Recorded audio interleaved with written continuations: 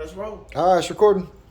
My name is Bobo. I'm a recovered addict and alcoholic. This is Real Ron Recovered. Because of some requests. Back by popular demand. Yeah, back by popular demand. And some comments left on the YouTube channel. So people were asking, where y'all at? Here we go. Nice. So, thanks for your support, by the way. Yeah, appreciate it. For real. Our heart's desire is to always be the one who gonna go ahead and say the shit that need to be said. We ain't gonna pay a whole bunch of attention to whether or not it rubbed you wrong socially. We ain't gonna pay a whole bunch of attention. Obviously, we're not gonna be provoking you on purpose, but if it's the truth, it's the truth, and we're gonna trust that you're grown enough to consider the facts about what really works for the real addict and alcoholic. That's my brother Logan, recovered alcoholic and addict. My brother Will, recovered addict, alcoholic. Brother Justin, recovered. Brother Chris, recovered. Brother Zach, recovered. And our brother over here is Alex. He's sitting in with us right now. We got a topic for y'all, man, because there's so much bad information out there surrounding the principle of relapse, right? So what I like to bring up first from the book is what the doctor said, in the doctor's opinion. Because if you pay attention to what he's saying, he will explain to the real addict and the real alcoholic that they're returning to dope and alcohol really ain't a relapse. Watch. I know you're questioning what I'm talking about. But just Already. But listen to what the man said. It says men and women drink essentially because they like the effects produced by alcohol. The sensation is so elusive that while they admit it is injurious, they cannot after a time differentiate the true from the false. To them, their alcoholic or drug addict life seems to be the only normal one. They are restless, irritable, and discontented, which means they stop using. Because the next part says, unless they can again experience the sense of ease and comfort, which comes at once by taking a few drinks, hits, snorts, shots, whatever it is you do, whatever it is you pop, boofs, whatever. Boofs. Whatever the fuck it is you do, whatever tickles your fancy, that dope that got your ass whooped, whatever it is, unless you can get some more of that and experience the sense of ease and comfort that comes at once, it's a drinks, hits, snorts, and whatever which they see others taking with impunity after they have succumbed to the desire again, as so many do, and the phenomenon of craving develops. They pass through the well-known stages of a spree, emerging remorseful, with a firm resolution not to drink or use again, and this is repeated over and over. And unless this person can experience an entire psychic change, there's very little hope of his recovery. So unless I've experienced an entire psychic change, there ain't no hope of my recovery. And me going back to doing dope is exactly what I'm supposed to do if I'm a real fucking addict and alcoholic. So all the time that I swore off and I tried to will myself to just not use, and I clung to the meet and make it, and I'm faking my ass off trying to pretend to be happy while I'm a miserable motherfucker without my dope, the day gonna finally come where I can't take the restless, irritable, discontented no more. The lie gonna become believable that this time it'll be different. I can have a couple of beers, I can do a couple of lines on the weekend. I already got the allergy, which never occurs in the average temper drinker or user. It sends me to the phenomenon of craving, takes me into the spree. I emerge remorseful. I swear off again. That means I either come to in the jail cell, come to on a gurney. I know though they Narcan the shit out my ass and brought me back, or I done done an intervention on my ass. Mom and them that cornered me up and told me about how I'm fucking myself over. Right? But you need to go to treatment. You just killing yourself, son. You can do so much. All that old crying. And I say, okay, I'll try. Then I go to treatment. I don't do a motherfucking thing in there to have a spiritual experience. I go collect up a whole bunch of clinical knowledge where I feel cocky again about what I'm thinking, about what I've learned, but I have not received any internal peace to deal with the ism, to give me a sense of ease and comfort, so that I ain't got to do dope and alcohol, which is the only thing I've ever experienced sense of ease and comfort with. So when you're talking about, so there's two kind of people. There's the one kind of person who, well, actually there's three kinds. You got the one kind of person that simply has a bad habit. He just ain't got a better reason to fucking stop doing dope and alcohol. The big book says, given a sufficiently good enough reason, page 21. If given a sufficiently good enough reason, he can stop or moderate. You know, he meet Miss Right or she meet Mr. Right.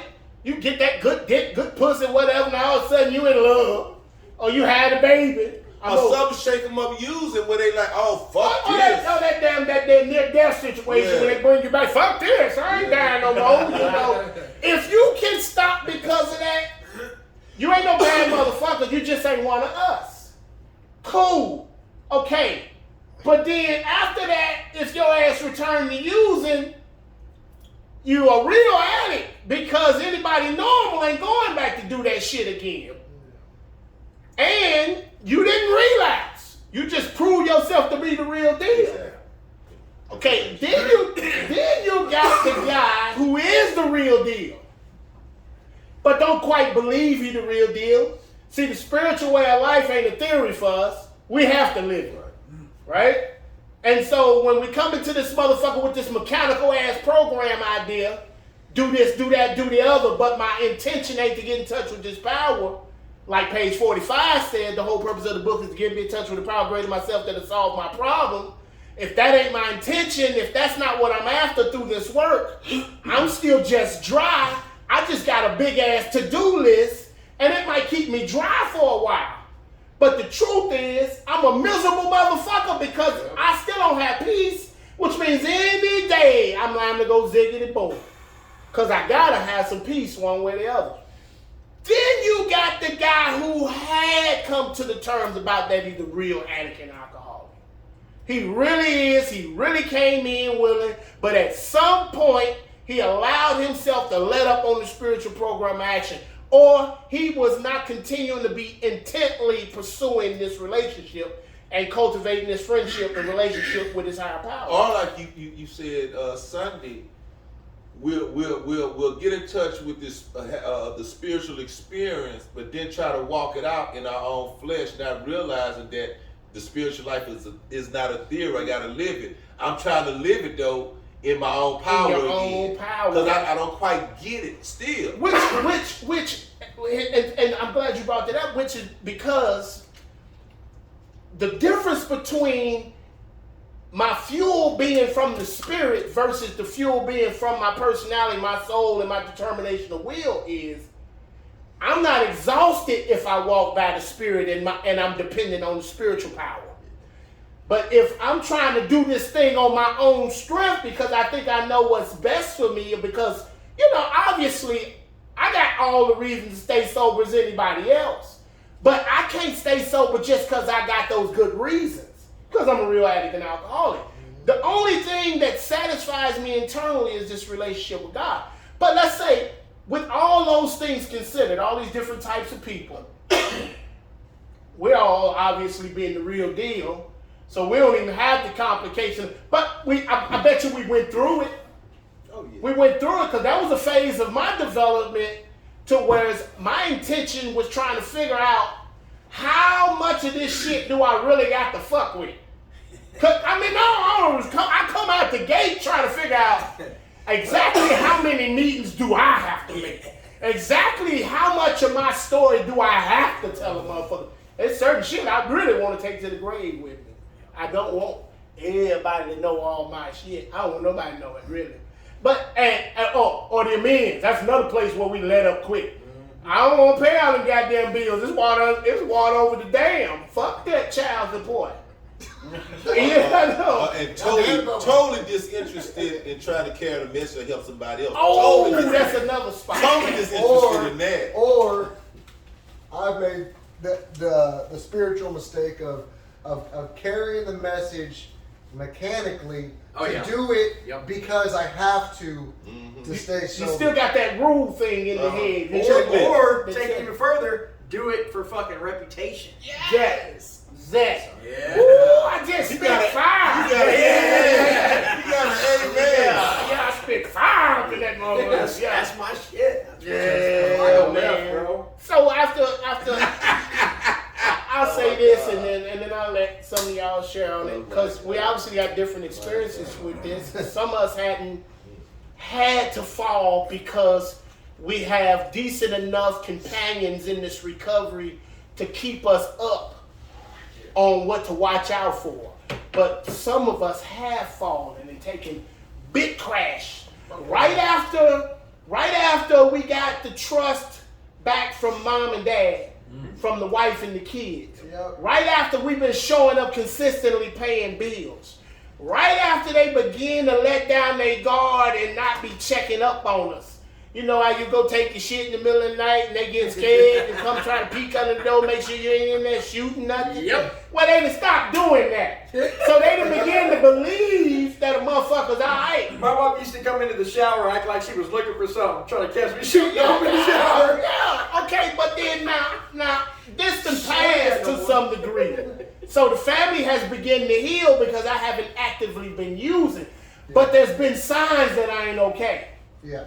Right? There's been signs. There's been little dishonesties. There's been little agitations, little irritableness, little discontentedness. You know, I ain't praying. I ain't doing none of the outside stuff. That's the good suggestion. Ain't nothing wrong with making a meeting. Ain't nothing wrong with carrying a message. But I need to be connected to a power greater than myself. And if I'm not, my closest people know it. So, but I've recovered or I've reclaimed some of the compassion, empathy, sympathy, and trust from my family with a stage of dry time to do the ta-dun-ta-dun, the ziggity boom, and shock every goddamn body.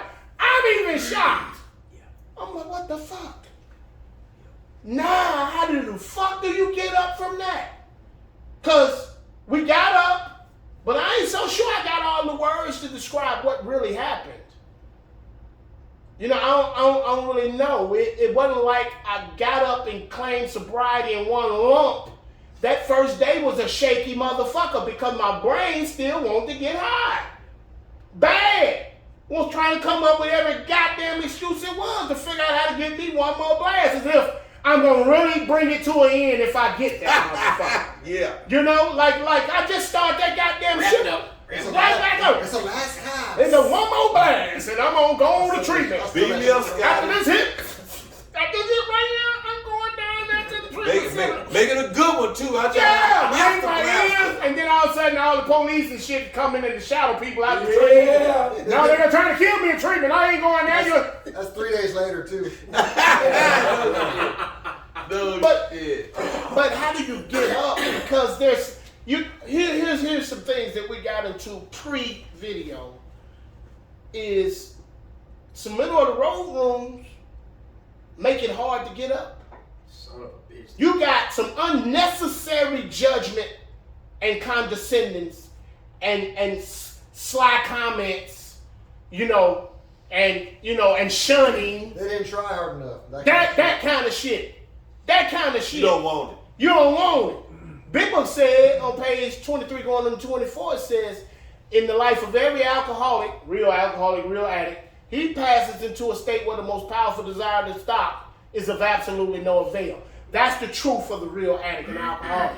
If your ass can stay sober just because you want to, that means you don't need God.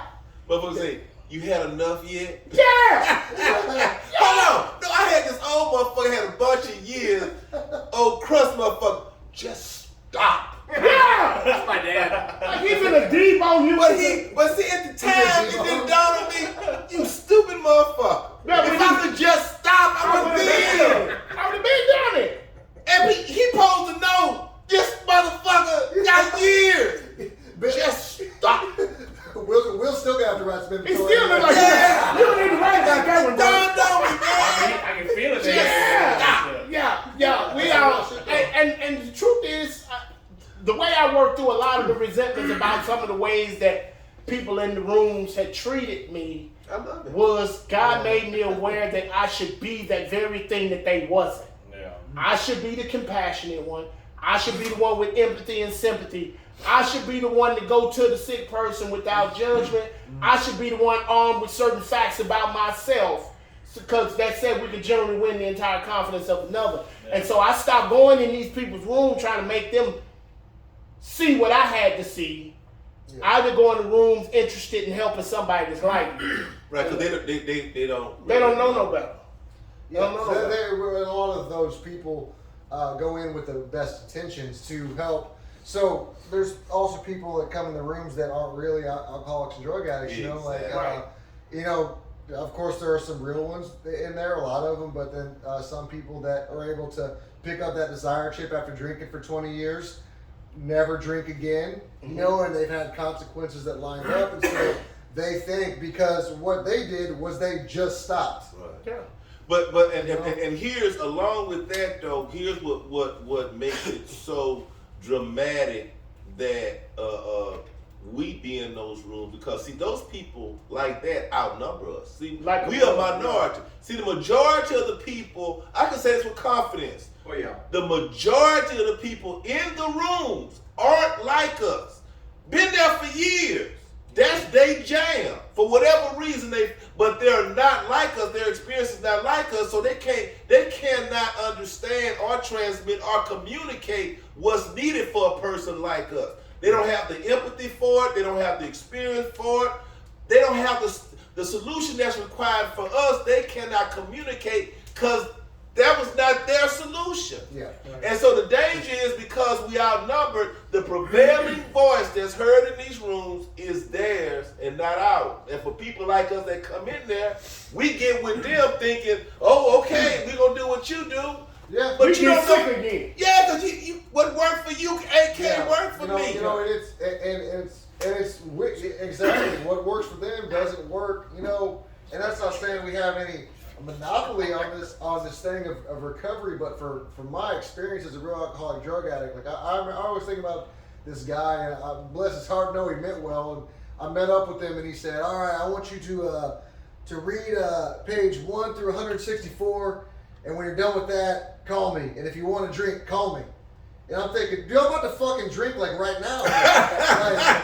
Like you think I'm gonna read 164 pages before I drink this booze? Like, you know what I mean? And he just didn't understand the concept of the mental obsession and what I was actually going through. So I think the line is so blurry. Let me just diagnose. Yeah, I'm taking a motherfucking inventory. Let me just diagnose this majority rule of people. At worst, this majority rule he talking about have bad habits. Their drinking habit was bad, their using habit was bad, but they hadn't lost all power of choice concerning drinking and drugging. Yeah. And since they hadn't experienced that motherfucking intense questioning in the mirror, why the fuck do you keep fucking you? Yeah. We've been there. Like, I don't even understand why the fuck I do it. If I'm honest with myself, I ain't got a fucking clue, why I do it again. Yeah. That, you know, it says the reasons might have a certain plausibility, but in their hearts, They don't know. they don't know. That was me. But I'm gonna break it down even farther. The difference is really simply this: those people did not require a spiritual solution, Absolutely. and we do. So if they can't present a spiritual solution because it was never required for them, they have no real experience, concept Of the knowledge need or the solution. They don't see the need for God. of what's needed, and they so don't they can't express it. yeah, they can't. And if I don't hear that, I'm not gonna get it. If I don't hear that God could and would have and saw, and either you gonna get some dope or you gonna get God. If I don't hear that, for me, yeah, I'm left with whatever they got to offer, and it's not sufficient. it ain't enough. It ain't enough. So let's say we got a person who meets all of the, they've had all the experiences that confirm being real. They got the phenomenon of craving, the allergy. They're allergic to the substance. They never know how that's going to turn out. It usually don't turn out bad if they put any of it in their system. It's automatic to go on this spree. They merge remorse when they've done this enough times to know, boy, if I fuck around and touch this shit, this time it might kill me, right? You got that person that has had that experience. Then you've also got the person that's been exposed to some degree about selfishness and self-centeredness. That's the root of my trouble. And my troubles are of my own making. And I've been straining every muscle to live up according to a better moral code or a better philosophy of life. Big Book said if those things were sufficient, we would have recovered long ago. But our willpower wasn't sufficient. We can will and wish some things all our might, but the needed power wasn't there. And so it's not like we don't know right from wrong. It comes back down to the fact that I don't have choice and I don't have power. So now, when you got a person that has experienced that, getting up tends to take on, if you get up, because sometimes we throw in the towel and just say, fuck it. But fuck it, this is what I'm going to be for the rest of my damn life. You're talking about if someone's had an experience before and fallen out. At least enough experience to confirm that they is the real deal. Sure. Because if they're a real deal, no cut and dry, ain't no other solution other than a spiritual awakening. And so cut and dry, that's got to be the what it say in was it in the Family After or the Two Wives, where it was talking about your husband, he's made a good start, he put some stuff back together, blah blah blah. Then he shot you with a slip with the wives in the slip, and it said, you don't have to beat him up about it. He already knows he must double down on his spiritual program action. Okay, he knows now that he ain't putting enough into this spiritual pursuit. Sure. Him getting up from a relapse, because he truly relapsed, as hard as it might look and as impossible as it might look, he might actually never use again when his heart changes and sees the imperative need for God. Right. He go on and do some great things and help a lot of people and enjoy life. Then you have the person that is still contending in their head, clinging to this idea that they're like other people or presently may be. Hoping that they may be. Hoping that they may be. You know, I wrestle with that a lot, bro. Like, for instance, I had obviously had enough experiences to prove that I had no ability to control it. Yeah. I didn't tamper with it. I didn't try to take a hit for work, didn't make it to work. I didn't try to cash my check. You couldn't smoke crack for work, control it? Something about it. Something about the shit turning the steering wheel and head toward the whole scroll, and it just take me on the ride. Yeah. And I had the experience of having enough money to pay rent, $30, $40 that I could do what I want with, think I can stop giving me a 20, and think I'm going to be able to smoke this 20 and head towards getting the money order.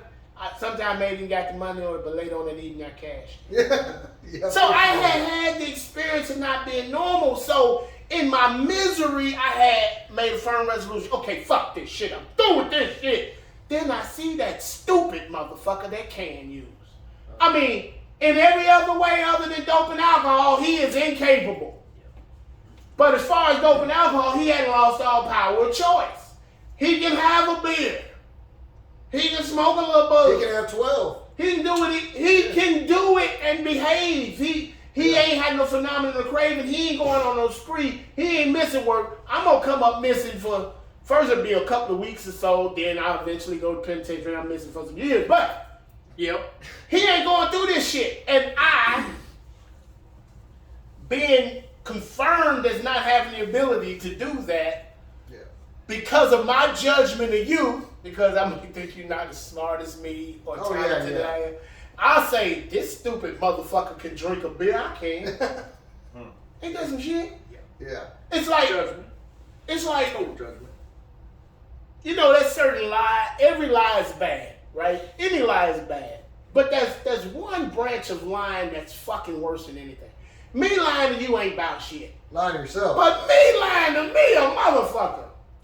And I'm the only one seem to believe. My people that got where they don't believe my shit. Yeah. They ain't buying that bullshit. Well, I ain't gonna tell them anyways because I know that I'm right. Yeah. So I'm just gonna believe my own shit. You know what I mean? Man, you know what's dangerous though, because this is my experience, and I know I'm not the only one. Being in a room with the majority of people that's not exactly like me. So, and if the ones that are so few, they're getting drowned out by the ones that aren't. Yeah.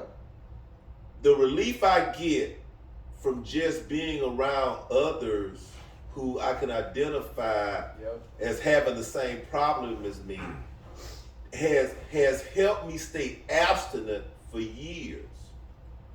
doing what they were doing, or what in my mind, because some of them may have been giving me a different message. Not this book, but still something along these lines, maybe. But they're drowned out by the majority. So I'm doing, and for years I'll stay abstinent, never actually getting recovered, but steady lapping with years in between. And I'm gonna tell you what was terrible and hard on your family. See, it's different if every couple of months you relapse. Yeah, because they ain't never built no hope back Right. then. But imagine what it does to a family when the dad, he's clean for years. Ziggity boom. Trust him again, clean for years again. Oh, this time he got it. Ziggity boom. Clean for a couple of years again. Not as many as the last time, but they got hopes again. Hopes dashed over and over and over. It's almost worse. It's so much worse. And the only reason I kept going back to that room is because I thought I was relapsing. Because because I wanted to stop. The only solution that I knew was the one that they were giving me. But it wasn't the one I needed. It wasn't quite doing it. You know what I'm saying? Now, once I did finally get the message of this book, and like I say, I didn't consider myself recovered because my internal, see, we neglect that. We keep trying to solve an internal issue with external stuff. That's why dope became so paramount. Because it did something for us on the inside. But then after I take dope out the way, I'm going to try pussy. I'm clean. Yeah. I'm pursuing money. Yeah. I'm pursuing trying to make the family happy. You know what I'm saying? But having a little bit of the God concept come into my life, and having finally the obsession and compulsion, because when I was abstinent, I still wanted to get high. Right. But it's my secret. I can't tell them that. But having the obsession compulsion removed, now, you want to say I was recovered? I had a taste of it. But my only, like I say all the time, it's important where I start from. I just want to stop smoking crack. Once the obsession compulsion to smoke crack was gone, I didn't realize still the internal condition. So I go to smoking weed and drinking because, I'm good now. Still not realizing the internal condition is there. Now, after that failed, I wound up back on crack again. Okay, let's say I did actually relapse. Because in my mind, I guess I had. Because, see, I thought I tried this and failed. I was ready to give up. I gave up. Yeah. It's like I done tried everything. Because I thought I had this. Well, you did without God. Without God. You tried this without God. This ain't shit without God. But I didn't know that. Yeah. But I didn't know that. So the getting up part, actually, me personally, I didn't do. Right.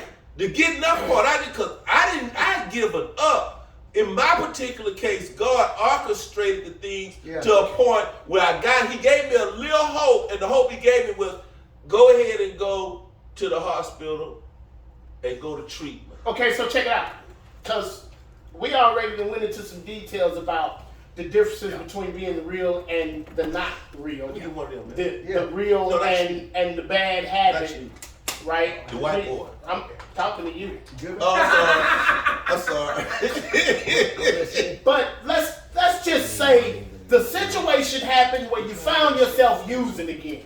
Whether or not you clarified on if you actually relapsed because you had the solution, your problem was solved, and you let up and went back, or you still just doing what's offered to you, and it's continuing to. So you're starting to feel like it ain't working for you, but they really ain't introduced you to the only thing that'll solve the problem. So irrelevant of whether I'm real or not, when you fall, let's back up to that. How did you get up? Lay it out how you got up. Then lay it out how you got up. Okay. I didn't. But you participated. I participated. So tell us about the part you played and what God laid out. The part I played was this. God orchestrated for me to actually be put in a position where I was in a place. I went to the hospital because I wanted to die. I wanted to kill myself. I'd given up. he gave me a little bit of hope. Hope. Just a shot. Just a little bit of hope. And I don't know what I was hoping for. Just like, okay, I don't want to die. Okay, I don't want to die right now. Yeah. Okay, that was off the table. What else I was gonna do, I don't know. And then once put in that position, and like I say, he orchestrated it. Because I told you, Margaret came and got me because she kept trying to tell me, well, let me take you to the hospital. And I wouldn't go because they knew I was close. You know, I agreed to go. Once I was there, I was at Springwood, and the thought came to me, and I got to give God the credit for it because I had been exposed. A phrase out this book came to mind because the guy asked me a question. What's gonna be different this time? I know you haven't heard that shit. But this time I didn't have the answer, but it came in here and said, but he failed to enlarge his spiritual life. At that point, I knew that I had to pursue the God thing in earnest. Recognize that I had down on the spirit. Exactly. You had to double down on the spirit. But it had to be. It had to be given to me. It was the divine intervention because, like I said, when I failed, I had given up. Yeah, I really had. You were done. I was done because I am seemingly hopeless. Seemingly hopeless. Ain't no hope for me. He gave me a little bit of hope, and then even from then on, for me, God has just been orchestrating it all the way for me. That's me. But now, the way He did it was 7 years early. He had exposed me to this. Yeah. See, and then 7 years later, it's like it came to life. Nah, it's alive. Now it's alive. Yeah. So What an answer. I got a specific Specific time that I relapsed. So I guess to back up, right? The question is, how do you get back on the path, right? How do you get back on the path from once you've attained some spiritual alignment, once you've tasted God and you've seen Him work in your life, right? And then you fucking do whatever it is you do. Everybody has a different method of falling on their fucking ass, right? But and then how do we get back to that place of spiritual direction, spiritual guidance, right? Spiritual power, being driven by God and His divine strength, right? And so for me, a couple things that I am just going to put out there for anybody who's experienced it or hasn't, and just education is fucking huge, bro, right? So like I experienced another fellowship for a long time, and so I was very resentful towards that place once I got the solution that I have now, but I've also had to come to the realization that like I can't be mad at somebody who's fucking ignorant. Yeah. And so that took me a really long time to fucking come to grips with. I still feel a certain way about my experiences in another fellowship, but when it comes down to it, I had to realize that I couldn't be mad at somebody who's ignorant, right?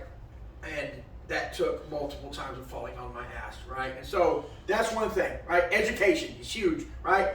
Know what the fuck you are, right? If you are in a place where you keep doing the same shit and the people around you start to be condescending, start to look at you, start to lose hope, move around. Find a place that doesn't fucking look at you the same way. All right, that was huge for me. I had to go to treatment to find that. I had to go to Pine Street for the third time to find DAA. Right, and that's when somebody told my story, and that's when they spoke my language. Right, so that was just the introduction. Right, and so then fast forwarded a couple years. Right, I did good, got all my shit back. Right, blah blah blah, relapsed. Go to the treatment center that we all come from.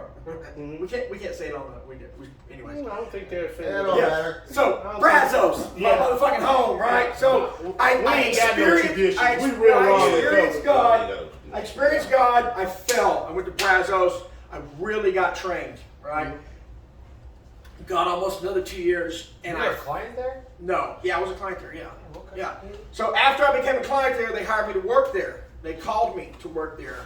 And I was so honored because I had never experienced The treatment. really building up in the world of recovery, right? Having God, building friendships, people being involved and all that shit. So anyways, long story short, I fucking relapsed as a staff member of the treatment center. right? Here we talk about, here's where the fucking humiliation begins. Right. So now I'm at the fucking bottom. I've built my wife's trust up, which is fucking horrible. It is worse when you build it up and Your they let life their is based defense on off, recovery. right? Yeah. And then you pull the rug out from under them fucking again, right? They're fucking shell shocked.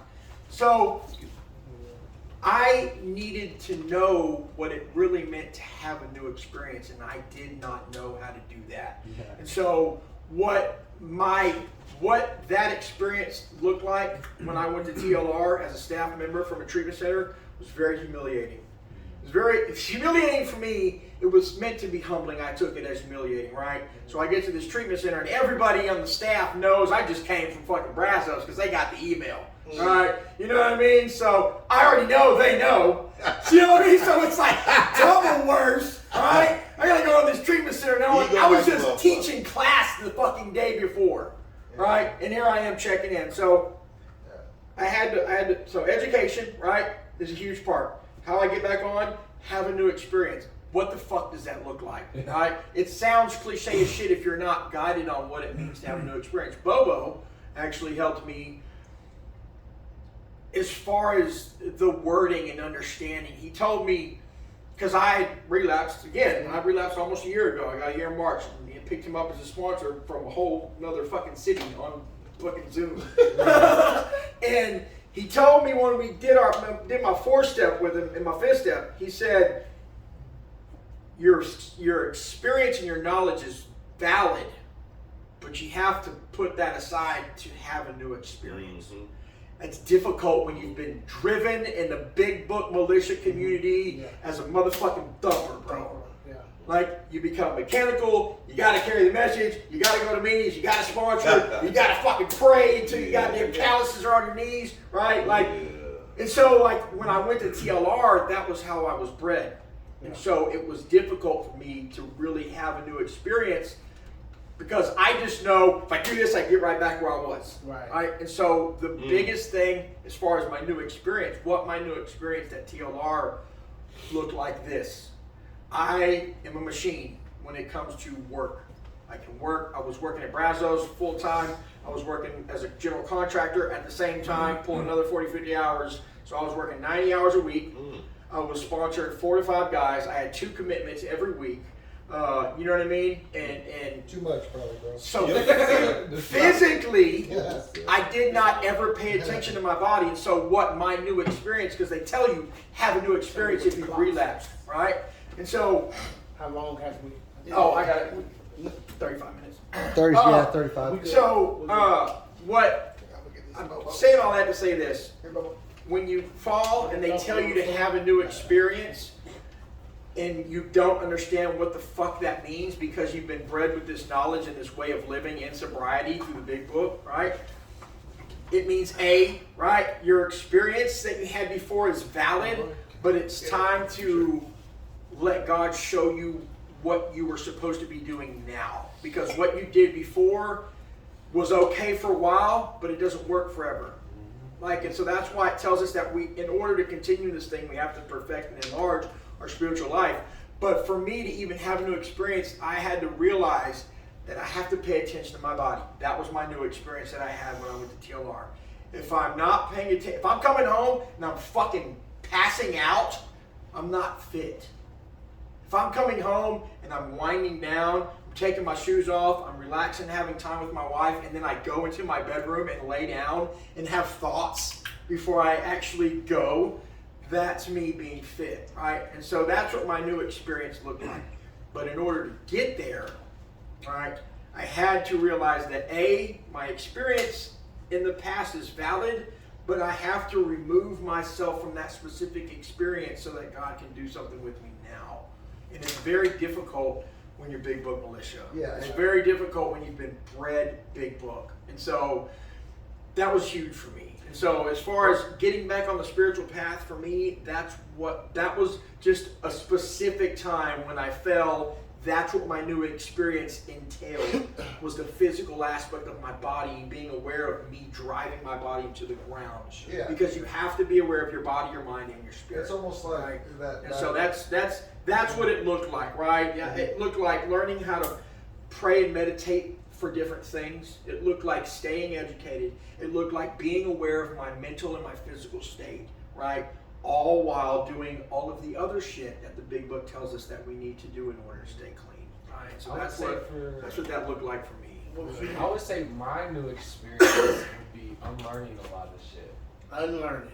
Beautiful word. Because I like what you said about knowledge, but my head was filled up with all the wrong type of knowledge. It was all the clinical, I'm not gonna say bullshit, but at the time in that moment, my solution, my crutch, what was I thought was supposed to get me to recovery and happy, joyous, and free, were all these external parameters that I would put in my life.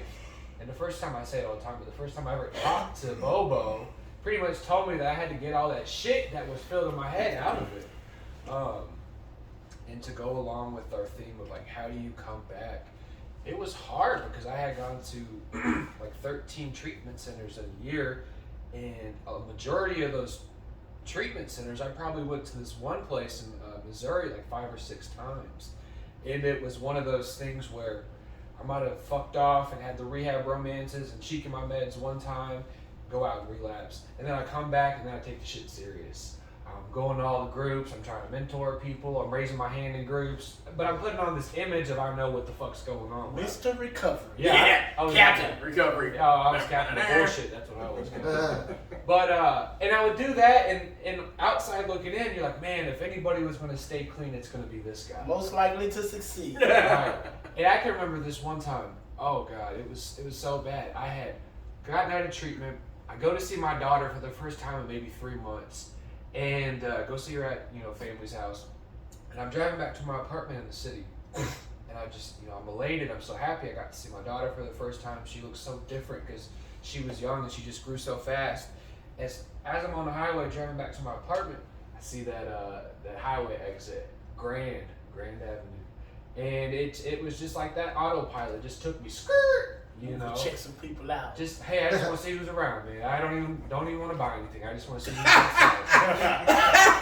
I want to let them know how good I look right now. I put on some weight, bro. Yeah, look how good I'm looking. And it was For now. It was one of those.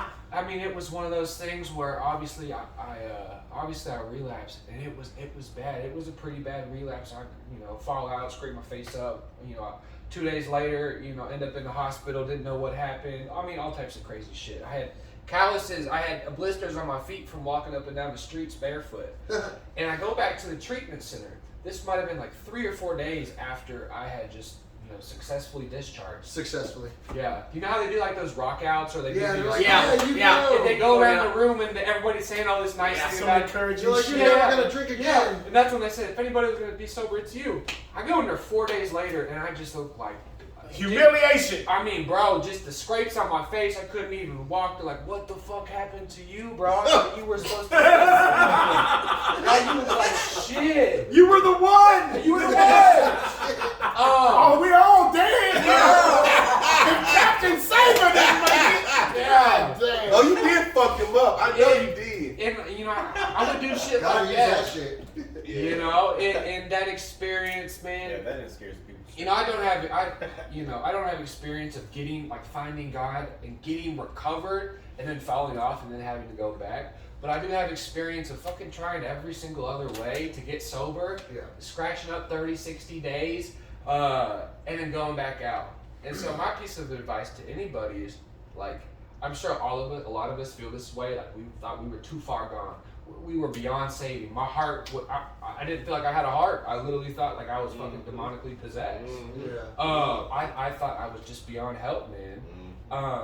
Know that you're not. That's the crazy thing. Know that you're not. Absolutely. Know that you're not. I mean, more people than just in this room are living testaments. To that Absolutely. shit. Yeah, it's, We might look all clean and cleaned up, and I'm wearing a collared shirt and I got some chinos on, but shit, bro, you should. I'm wearing those 3 buttons for Quincy Carter. Yeah.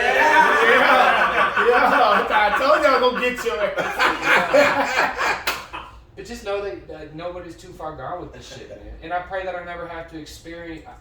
I never have to have the experience of falling off and having to come back into recovery and finding God again.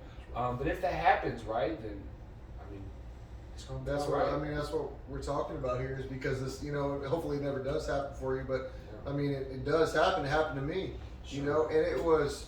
I agree with Justin. My experience was a little bit different than him. I never worked in treatment or anything, but I got free after I went to Brownless Recovery for the first time in 2015, and it was extremely difficult to come back. Extremely difficult. And what happened with me was, I got well. I stayed well for 33 months, and on that 32nd month, I started getting sick. Relapsed after getting almost 3 years, and then I went through just lapsing for like 2 years. Was that when you were my sponsor? That first time after almost getting 3 years?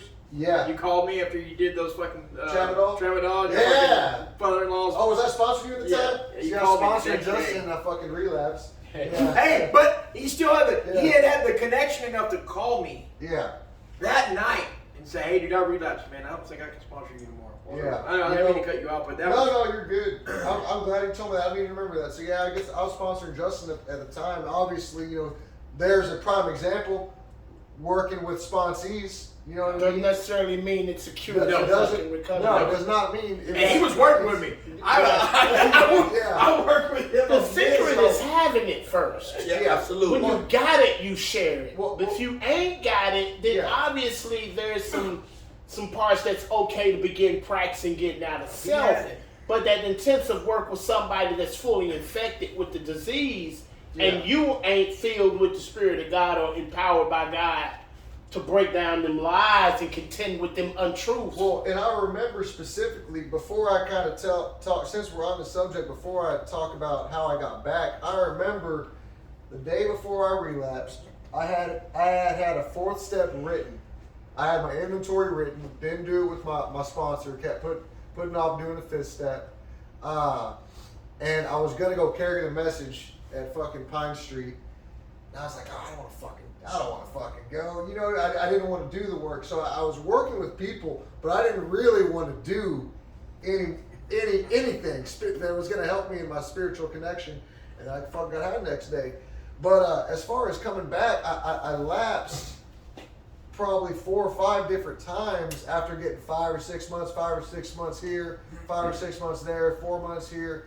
And what was happening was I was trying to run through the steps.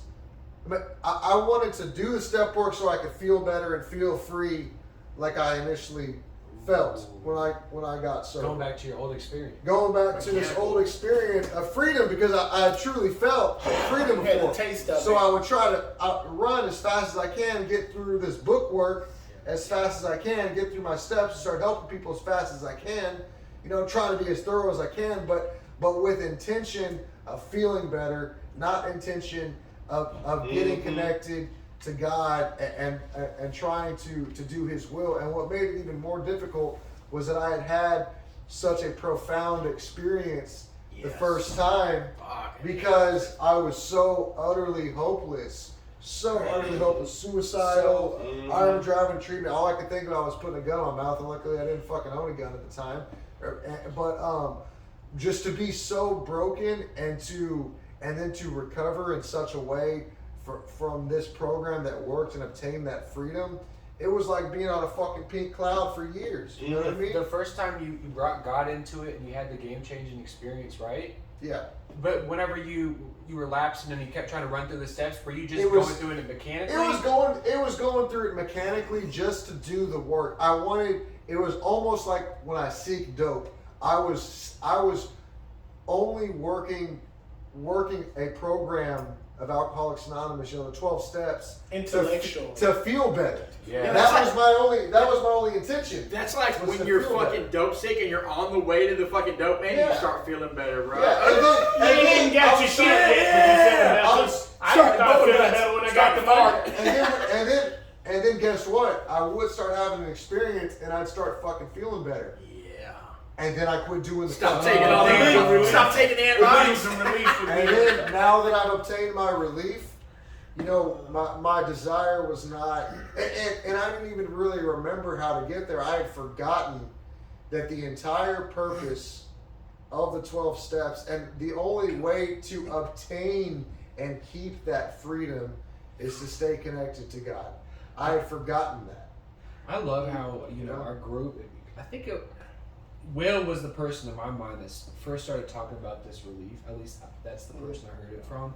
But I like how our group gets it, because it's one of those things you might get like a quick burst of relief, and that is so important to you because you've been dealing with your internal condition. Yes. Right? For me, it's just like this uncomfortability on my own skin. I saw this picture on Facebook the other day. It's a guy wearing a sweatshirt, and he's got a long sleeve shirt underneath the sweatshirt, and it's like when the undershirt kind of rolls up, I fucking it hate that scrunches shit. up. I felt like that all the time, bro.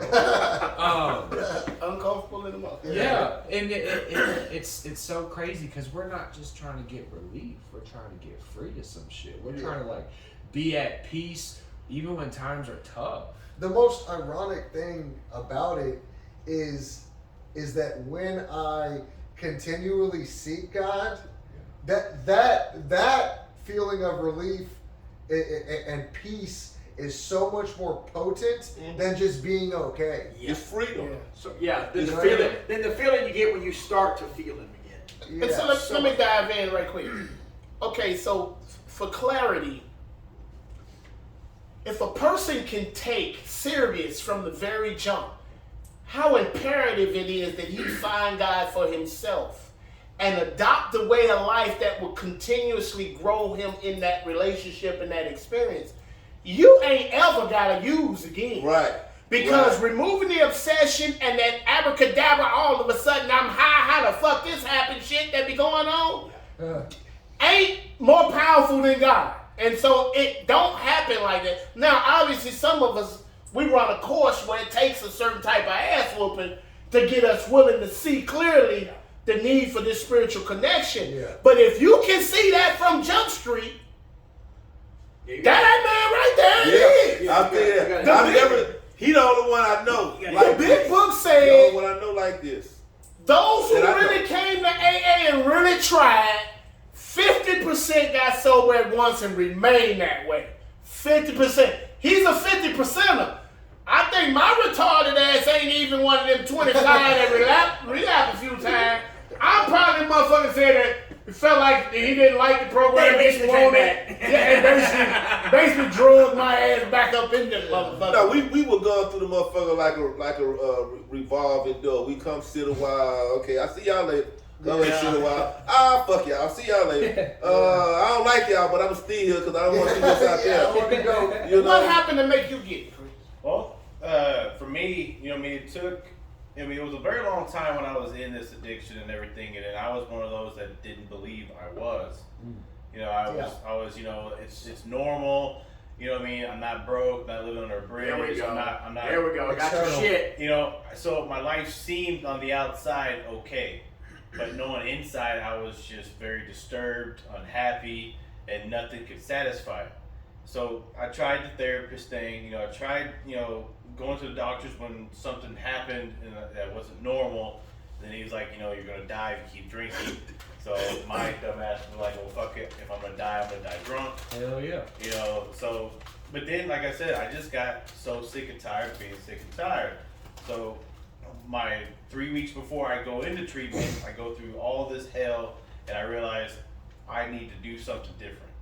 And I was gonna be all in on whatever I was gonna do, because I knew this 19 years of fucking being stuck in this shit, something has to change.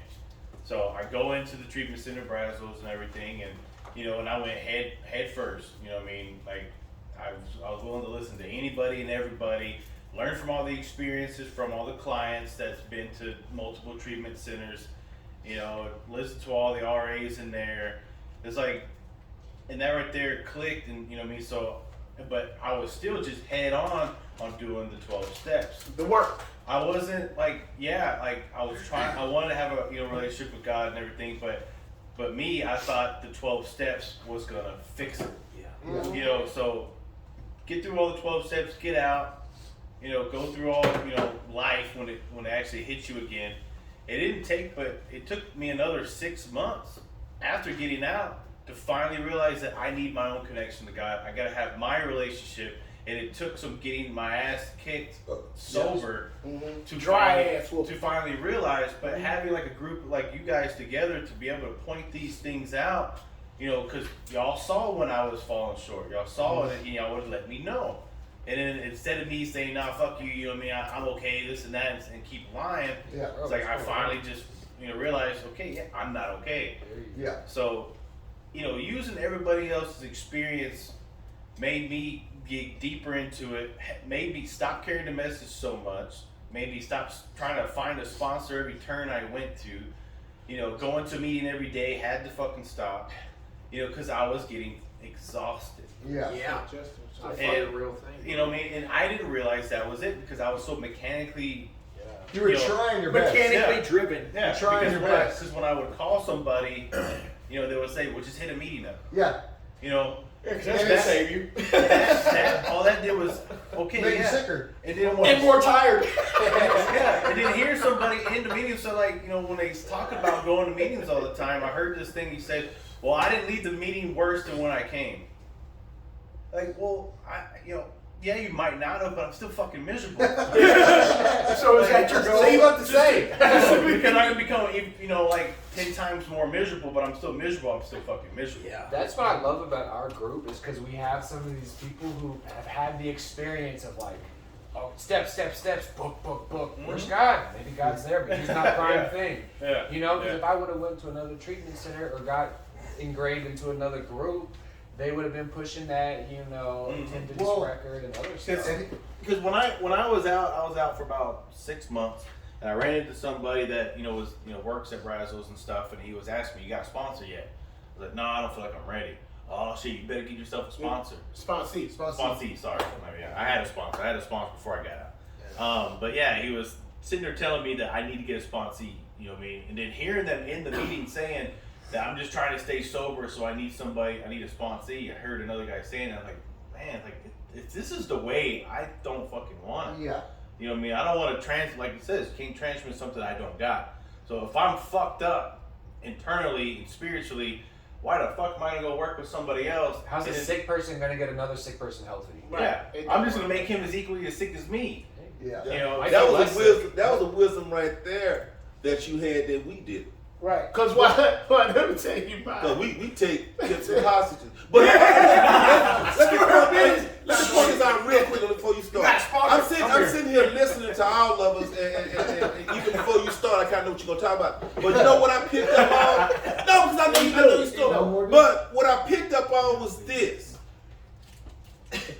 He was one the one he the only person I know personally that didn't go through the ringer like we did over and over. And you know the difference is? He never got inducted into the middle of the road. Exactly. And so he didn't have to unlearn. He didn't have to unlearn. He had to unlearn. Yeah. He didn't have to unlearn. That prolonged our shit. That's right. That's all I want to say. The only thing I had to unlearn It just hit me though. That was willpower and all that shit can do it. Because my grandfather told me that. He goes, well, me and my brother, when we decide to stop, we just can fucking stop. We just made our mind up, son, boy. I do want to say two things relating to Chris because I remember specifically talking to Chris one time after after he had realized what was going on and why he was feeling dry. And I remember, I know you remember this, Chris. I told you, man, I can see your spirit's different because it was almost like his aura. I could tell that something had happened, and what had happened was he had made that decision to give up and go to God, and instead of, because this goes back to those people telling you make a meeting. You tell anybody that on the outside world that doesn't understand how spirituality and actual connection to God works. If you tell them, hey, maybe you should fucking make a meeting every day. Yeah. That sounds good. It sounds good. But it sounds good because it's not a bad suggestion. It's not like wrong. It's not incorrect. It's just not it. It's not the driving force. It's not God. Yeah. It's not a personal connection to God. It's not a personal spiritual experience. The meeting itself is not a psychic change for me between me and my high power.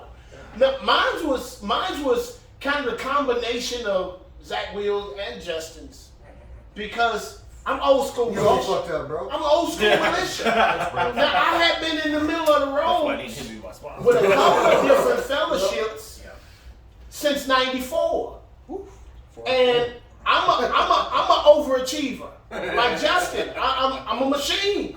I don't have the virus of procrastination like most slouchy motherfuckers. Yeah, I got that. I'll work till I fall over dead in the ignorance and the self-condescending view of people who don't got giddy up. Self-propulsion like a Yeah, motherfucker. and so I've always been a make it happen kind of person. Yeah. And which was a problem because it played right into that half a solution they offered in the middle of the road room. Yeah. Just keep coming back. Yeah. Just fake it till you make it. You know, if you ever want to use, you need to pick up that 1,000-pound phone and call your sponsor. Yeah. Blah blah blah. Okay. It's leaning on your abilities too. So I would get 2 years, fall. 5 one times in another fellowship, bust my ass. Now, I wouldn't stay out long except for when I would make it back to prison. Of course, I've been 9 times. I would make it back long enough to get some years of dry time in there. Okay. This one particular time, I finally make it off of parole. And now I'm so miserable in my own skin that the doctors, with great confidence, diagnosed me bipolar, schizophrenic. I still think you crazy. And prescribed me, I tell you what, ain't nothing like being this crazy. Ain't nothing like it. Because I ain't never been here. So they had given me all that high-powered bullshit. I'm Seroquel, Celexa, Xanax out the game. Still considering killing my damn family. I'm fucked up in the head. So I went to the 10th floor. 10th floor referred me to Pine Street. I go through, was it TRC, Texas Rehabilitation Commission? Yep. Back then, they sent me to Pine Street. It's a 28-day program based on philosophy, philosophical thought, or psychological or sociological thought. 14 days to break a habit, 14 days to create a new one. It has not a damn thing to do with spiritual connection. Yep. And I'm there 14 of the 28 days, and lo and behold, these motherfuckers A to the A slide up in there and light my ass up. I hear my truth. I hear my truth. Well, we was Ben thick too, Watson, I'm telling you, Ben Like, Harrison, Matt Stinson, Eric Howe, these dudes, bunch of these dudes was so glowing. Brent Hamilton, they were glowing. And one of the dudes who was carrying the message had 2 weeks. Yeah. But this is what I understood when they spit it out that I was gonna use again even if I didn't want to. Yeah. And I had the gift of desperation at that moment. Immediately. I went up and asked Ben to sponsor me. He said, yeah.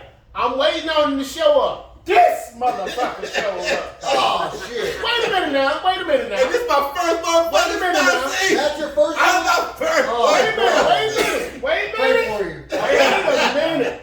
Oh, He didn't taught have me. no problem with me going through the work. I He guarantee you taught that. me.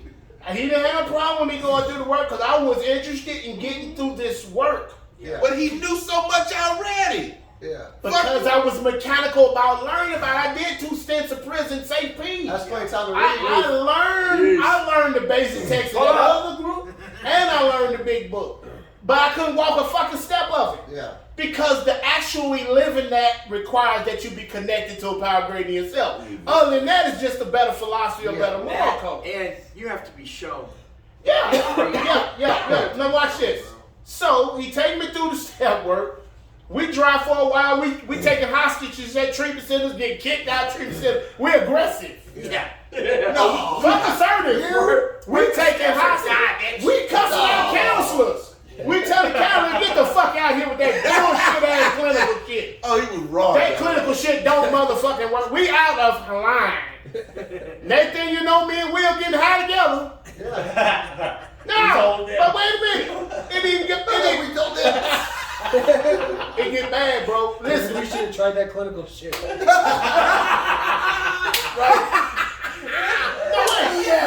Now here's the thing that really could have been my enemy, though it turned out to be a beautiful experience.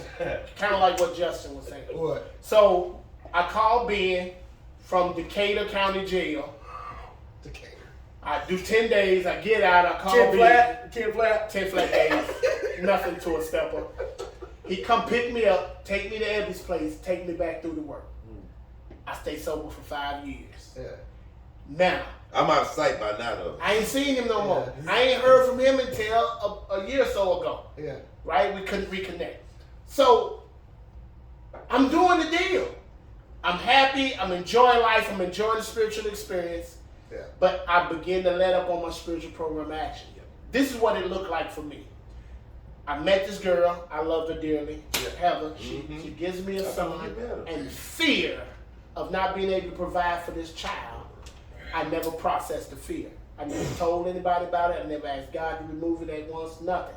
I'm automatically in trouble. It tumbleweed. Next thing you know, I'm trying to sell dope to supplement my. We hooked up again then. We hooked up again. We hooked up again.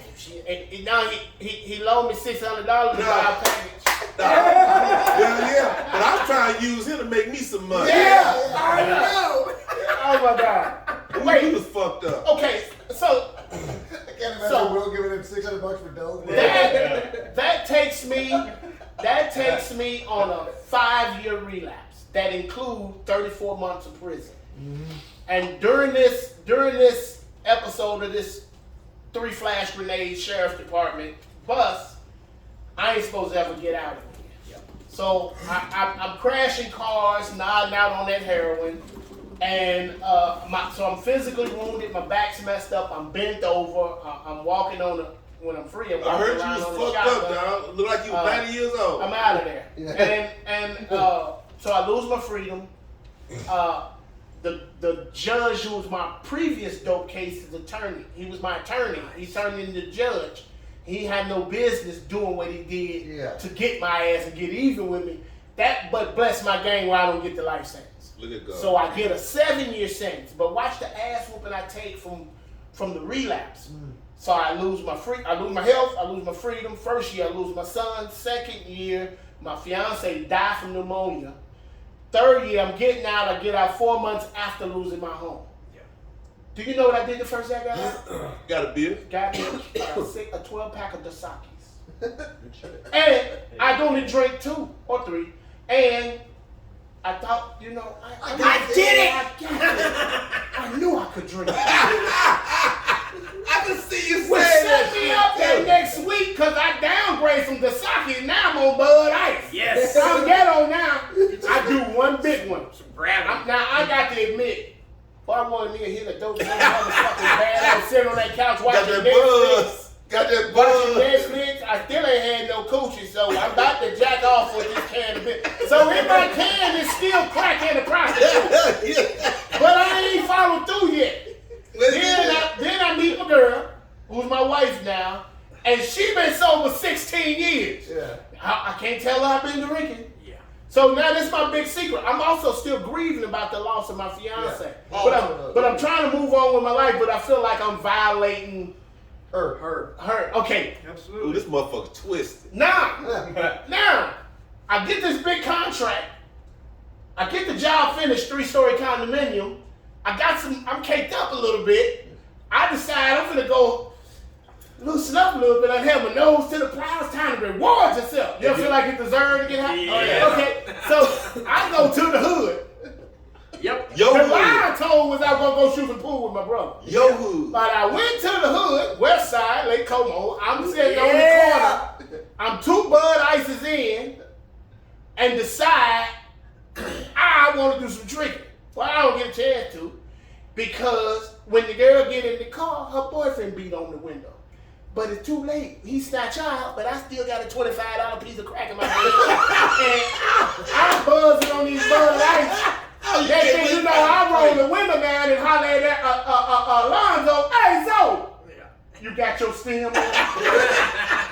Anyway, I'm missing for a good 24 hours. I'm missing.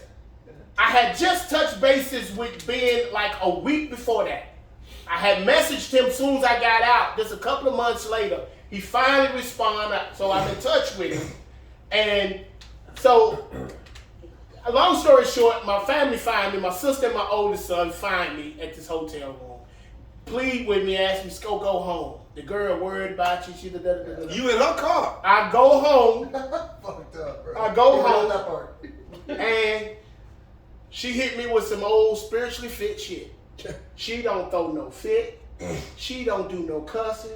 She fixed me something to eat, ran me some That bad probably fucked up even more, bro. Worse! I'd have killed my goddamn self if I'd have had a gun. Because I deserved it. Now, here's the punchline. Here's my punchline. Because now this is where God had told me what I ended up telling Justin.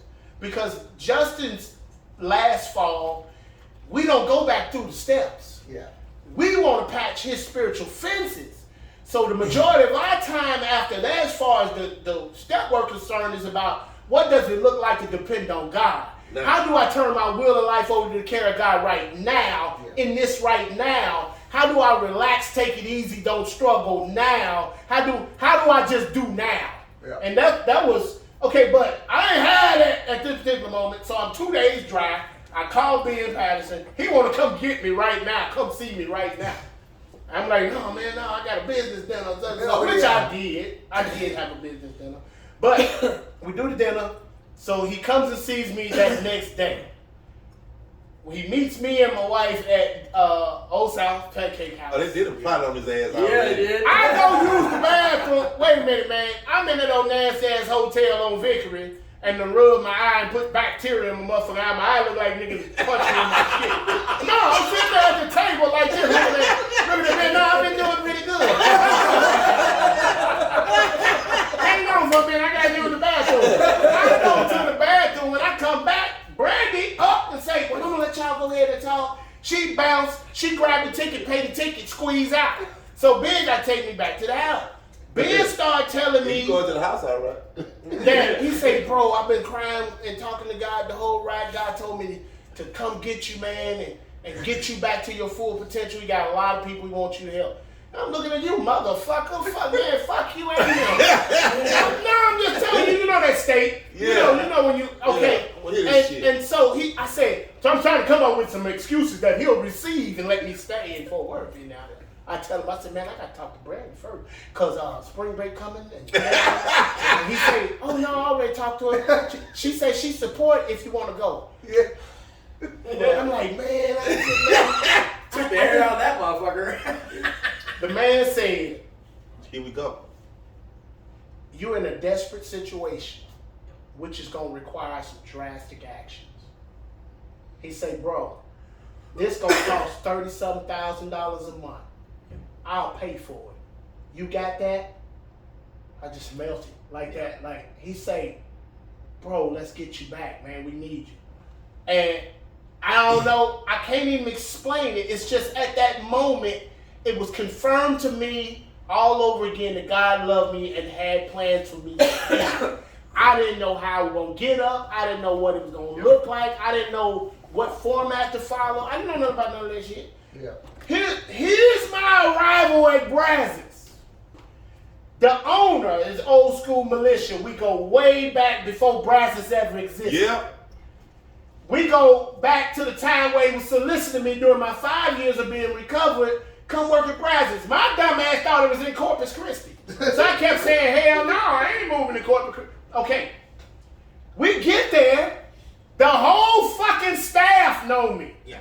I carried the message to John Waters. I carried the message to Thomas. Listen, 2 of the RAs was customers that bought heroin from me. And I got to try to figure out how to be nobody and just be another client and not play the owner is my sponsor card. Yeah. I got to be willing to hear the clinical. Thank God for Sheila. There you go. I had to be willing to hear the clinical. But one thing for sure, I was a different kind of client because the majority of the clients only hope this shit worked. You knew it. I knew it worked. And so, and that evolved. That grew to, I'm not here for no other purpose but to find God. Therefore, I set my attention at getting up in the morning and seeking God on my own. Yeah, I'm going to follow Brazos' program. They want me up at 6. I'm up at 3. I'm up at 4. I need to make a showing. I need God to know that I'm really interested in him this time. Right? And so it was. It took me 8 days to get through the work. And I had the benefit. I'm probably the last person Ben took through the steps. And I kind of felt like he passed me the torch. Yeah. I kind of felt like right there in his office when he handed me that big book militia mug, it was almost like, because I always go back to that like, damn, God doing a whole lot with me right now. And I felt like he passed the torch. We got through the step work, and here was my confirmation that God had done something to me. Because my own assurance in that I had done the work and had an experience convinced me that I could leave right now. But the transformation in my heart say, you better not dare all these guys that's receptive to you. Man. So I stayed for another 22 days, not for me, but to share what God was doing to me, through me, for these guys that was receptive to me. Yeah. And ain't shit been easy. Yeah. I got out that month. I didn't go to sober living or none of that. I went back home to the woman I had abused. Yep. And I sat in the motherfucking kitchen for about 90 days during the thick of COVID. I was feeling like a bitch. Because baby was buying me outfits and shit. You're like a housewife. Oh my God. I started repairing shit at the house, washing the car, doing the dishes. Yeah, apron. No, I just went. I was just fucking. Look, I'm keeping dinner going. But the thing is, that humiliation that's initially perceived as humiliating is a beautiful place to let it be humility. Yeah. Because I am small. I'm just a man, and I don't personally have any ability to stay stopped. And I don't have any ability to acquire happiness on my own. If it's not God that satisfies me, I'm not satisfied. That's not a job for my wife. That's not a job for my income. That's not a job for my children. That's not a job for none of my extra activities. God himself is my peace. And as soon as I had set my attention to getting in touch with him, it's been a wrap. And I hadn't been anywhere close to the type of, I've had my disturbances, but my internal peace, where he resides, ain't never been taken from me, but I ain't never took my eyes off him either. Absolutely. You know, through it all, I've always remembered, like we'll always say, I trust you, Lord. Yeah. I mean, you know, this don't look good. I don't know how this gonna work out. Yeah. But I trust you, Lord. I mean, next Sunday, I ain't seen my son in 6 years. I see my boy. Yeah, hell yeah. I see my boy. But see, y'all gotta understand something too, though, that Bobo never told y'all, the ones ever told y'all. See, when we first met, we both recognized, because this happened before we met, we both knew that God had a call on our life. Right. And we connected on that also. Yeah. You know what I'm saying? And so understand this too, that this time around, if you heard what it said, you heard what I said, see, God himself put something in us. Yeah. This time that we knew, okay, for God I live, for God I die. We knew beyond a shadow of doubt, okay, I gotta seek you. Yeah. You know what I'm saying? That ain't everybody experience. That's why we be on fire, where we be sharing at different places and folks look at us, what the fuck you talking about? Because you're going too far with that guy. The carnal mind can't really entertain spiritual shit. Yeah. And the reason we like this, because God has actually, I tell you all the time, he done done something to me and for me beyond a shadow of doubt. Because neither one of us was like this, not like this. Now, he still was crazy, but not crazy for God like he is now. Yeah. You know what I'm saying? Yeah. It's been amazing, man. I'm sorry. I got something, just real quick. For those of y'all who are like listening to this, if you've never had the feeling that we're talking about, or if you have had true recovery and you fucking busted your ass, what you just said a minute ago, that place where it's humbling and humiliating, right? And that place where if you have if you've experienced it, the relief, right? So this is what I guess this is what I'm trying to say. When you experience the relief, right, and that relief is the only thing that gives you the hope to just push on a little bit further, like recognize and be aware of that fucking relief. That is just don't mistake. There's more. It's just relief, but there's more. But if if you're not aware of it and use it to just push through until you actually start to experience God, instead of having just relief from the misery, like just be aware. Because that'll catapult you. Because think about it. What he's saying is, relief is very natural. if I stop taking poison and stop shooting dope, I ain't gonna be dope sick. I'm gonna have a couple of dollars over lunch money. I'm gonna go back to work. I might even start back paying some bills. I'm gonna end up in a vehicle and I'm gonna end up back in a relationship. I'm gonna feel better than I felt when I was strung the fuck out and everybody was locking their goddamn car doors at the stoplight. I'm gonna feel a little better. That's relief. I still like my car. But that's especially when a nigga with pumps walk up. Click, click, click. But relief is not the equivalent of being recovered. Recovered is when you have personally found God for yourself, and He Himself is your peace, and He Himself is solving your problem. Your current existing ism, your uncomfortableness in your skin. You know that place where you're unable to sit still, you're not okay, and your brain is steady trying to contemplate and figure a way externally to be made okay. That is solved and severed with Him. And no other way. That's not severed because of my meeting attendance. Or just working the steps. Or just working the But steps. understand this. That's why for me this book is so profound and impacted my life so greatly. What they talk about at the end of step 9, I keep trying to reiterate it because to me it's very important. When you read that, if you're not experiencing some of that, when you get to that point, reconsider if you've been fearless and thorough. If it says earlier, if you've been trying to build a house out of sand instead of mortar, because they wrote down to the best of their ability to describe to you what should be happening as a result of going through this process. Mm-hmm. And then the next step, what it say? You have entered the world of spirit. To some degree, you should really, damn, something is different going on. Me when I placed in a position of neutrality. Right, something, if you may not be able to explain it, you may not understand it, but you're going to know something inside of you because your spirit is starting to awaken. It's new to us. Yeah. It's still new to me. Mm-hmm. That's what's so awesome. Yeah. It stays new. It stays new if you stay in the present moment. If you stay in the present moment, you stay connected to God. I'll tell you something else He deliver you from.